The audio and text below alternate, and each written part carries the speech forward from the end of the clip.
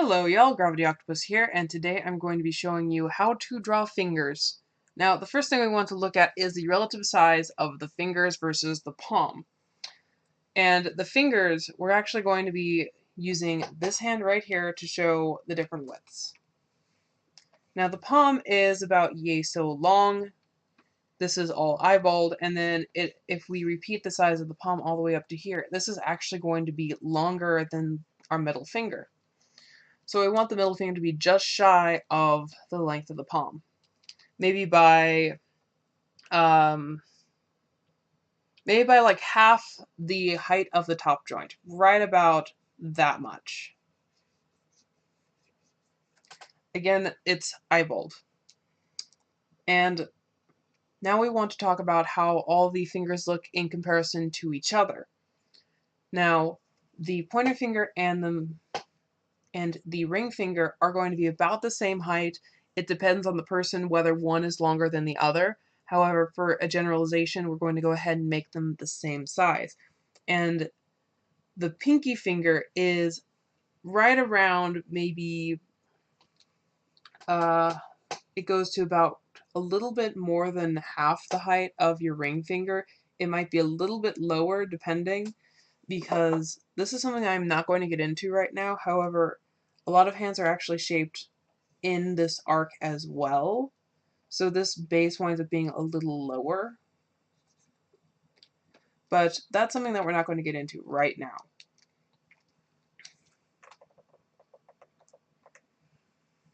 So another thing I want to point out is the width of all of these fingers.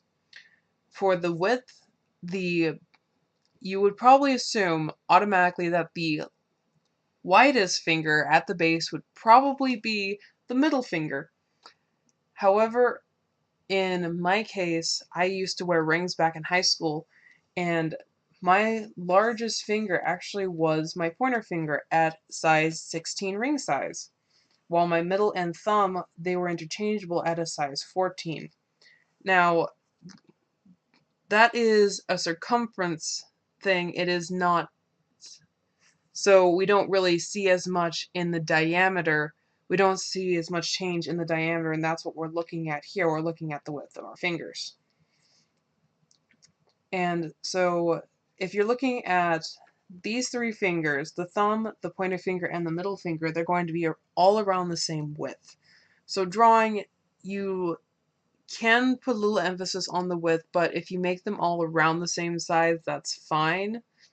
If you want to put this around the same size, that is completely doable as well. However, this is thinner than this finger, and this is about a size, for me, it was a size 11. And then this finger was a size 8 or 9. So you do want to put enough width change in it. That way, this does not look like all of a sudden 1, 2, 3. You don't want that to happen. So it's better to do this more gradual change into a little tiny finger. This is more appealing to the eyes than same width, same width, same width, and itty bitty tiny thing right over here. So just keep that in mind when you're drawing. And we don't want to make it where it is all the same width. Just, I think that would be right around, I mean, some people might have that. I don't know. But currently that is not something we're doing. This is probably going to be the optimal thing. This is probably what you want to aim for, where it's just this gentle from widest to narrow.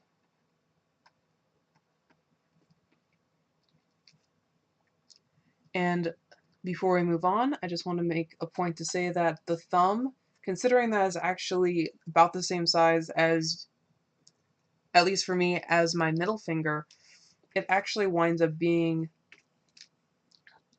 thinner than what I would originally expect as well. And it also goes up to a little bit past the base of the pointer finger. Now that we have this out of the way, we're going to continue on and we're going to break apart the shapes. And I actually did this a little bit beforehand where we were breaking apart the shapes. It's ovals. We're going to go ahead and start with our sausage once again. We're going to just go ahead and make our sausage finger. And we're going to break it apart into ovals. Now we can adjust the size. I like to start from the base and go up because usually I have a palm that it attaches to somewhere around here. So we start from the base and go up. And keep in mind that this is going to be the longest segment, so we're going to call this 1. This next segment is going to be the second longest. We're going to call this 3/4. So it's not very much of a difference, but still a difference. And then up here, this is not half the size, no. This is actually still a pretty good height from 1. So here we wind up with the joints of our finger. So we have a joint right here going around. We have a joint going through the middle of where these two ovals meet. And this is where the skin will wind up collapsing whenever we bend our finger. So when we bend a finger like this winds up having 3 different places where our ovals are. And let me just go ahead and draw that really quick for you. That way you get to see how it works. So here's our base. We're going to draw the biggest oval right here. We're going to draw a second oval right here. See how this is overlapping. And then third oval. This is overlapping again. We're going to add another circle right here because our hands don't collapse in. There's actually bone right here. And we want to make this line go right about in the middle of where the 2 circles overlap. And this actually creates a nice little bulge where the joints close off. And we're going to do the same thing over here. And depending on how much the finger is bent, it changes up how long these lines are. So here we have a very bent finger. It's at like a 90-degree angle. So these lines are actually pretty long. And over here we have a very gently bent finger where it winds up being a very, very slight line. And then over here we have a almost not bent at all finger that's actually coming towards us that we can just, if we want to, we don't even have to have the lines, but having a little line there would actually emphasize the fact that there is a joint and make it not look like something that it's not supposed to be. And over here, this is the front finger. This is the front of the finger. Now this right here, we don't normally put this in because this has a very, very poor silhouette. It looks like a hump, or it looks like maybe a pimple or something weird like that. So we don't normally use it in drawing. However, to know how to draw this does help, and it emphasizes the different width of all the joints. So here we have the first joint, and then we have the second joint. This is actually foreshortened. So this is, if we actually do think of it as a cylinder in this case, we are looking at this part of the middle joint. So we're looking at something that's almost spherical. And then again, we're looking at the last joint, which then we're looking at the part that looks more like an oval.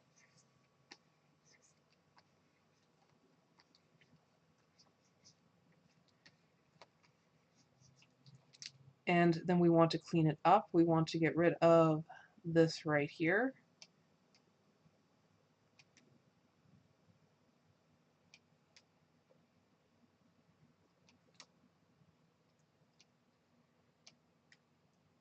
And if you see here, we see all three joints. However, this doesn't look quite good. And what we need to do then is actually erase the top line right here. That way it shows that it's connected to what's behind it. But we still have this line to emphasize that there is volume both in front and behind of this joint. And we can go in here as well and erase this. We can erase a little bit of this. However, I tend to keep it either just barely erased, where you just barely see something, or not at all. And that is a finger bent in front view. Again, this is not something I recommend when you're drawing, simply because it has a very bad silhouette, and I can go into that a little later. Alright. So that is the basics on how to draw fingers. Having them interact is a different beast in and of themselves, but you can basically start by just having them bent, overlapping. I don't really recommend doing stuff like this where it's crossed over, where they're both straight. I actually recommend still using the skeletons to bend the fingers. That way you get a different silhouette. That way the fingers are acting more natural, everything like that. So I think that is it.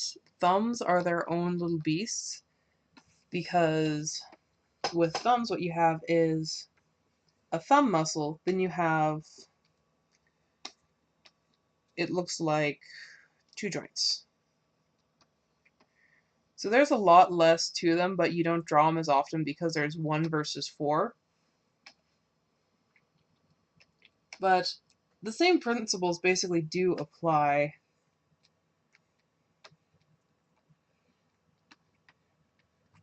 Where you have one cylinder, or one oval then another oval, and this is the joint.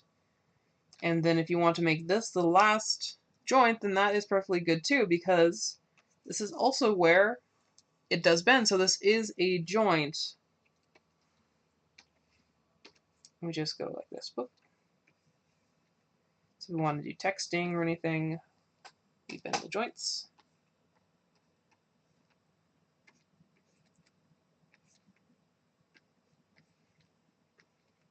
And it just goes down into a thumb muscle instead of into the last segment. But yeah, that's all I have for this one. If you have any questions, please stick them in the comments below. I can go back and emphasize anything that needs to be emphasized. And the next one I will be making for the hand tutorial has yet to be decided. If you have any suggestions, go ahead and stick them in the comments below. Thank you very much, and have a very good rest of your day.